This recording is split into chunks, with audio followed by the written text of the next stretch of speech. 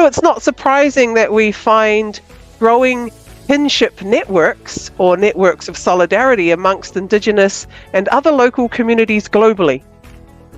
These networks of solidarity reinforce the way that Indigenous and other local communities view the world as networks of communities connected to each other in a range of ways, through our entangled histories, through our shared experiences, our practices, our commitments to protect, for instance, socio-ecological relationships, and also our aspirations for the future for things like cultural restoration, for instance. What's more, these networks show us that there are many places to find existing or long-standing stories of connection or solidarity, and many places to find and develop new stories of connection and innovation and community-led transformation too. It's at the base of most Igbo practices.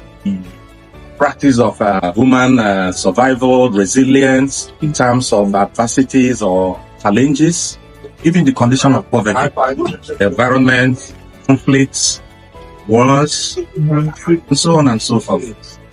The Igbos had always had this mindset of oneness, which they usually capture in most of their ideologies, so to speak, principles, so to speak, theories, let's put it like that.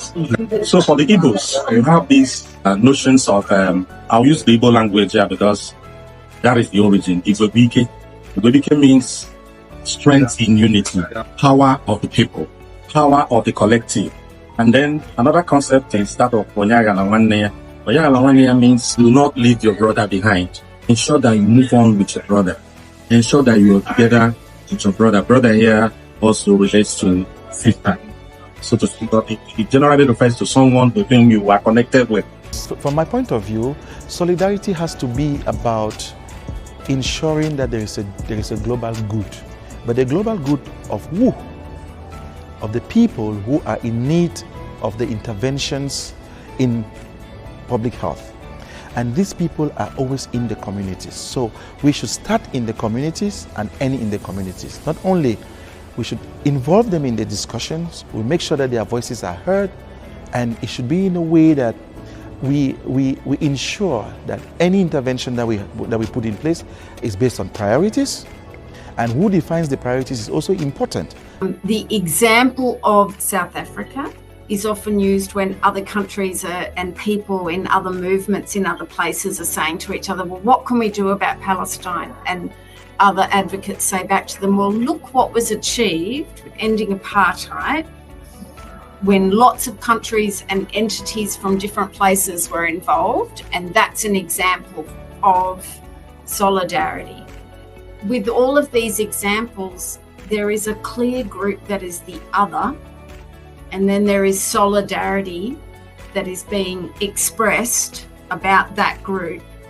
And I wonder if moving beyond rhetoric means finding the group that is most marginal, most other, and extending solidarity to that group,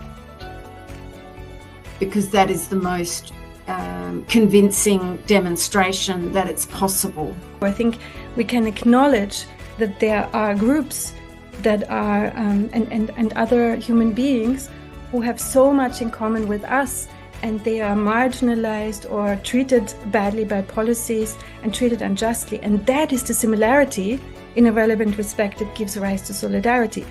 The key thing about solidarity is that in light of difference, we build upon what we have in common, and we can find things that we have in common with a broad range of living beings, not only human beings, if we attend to these connections rather than the differences. So I think this is what solidarity is about, and if we understand it in this way, then solidarity across wide ranges of entities, people and other living beings is possible.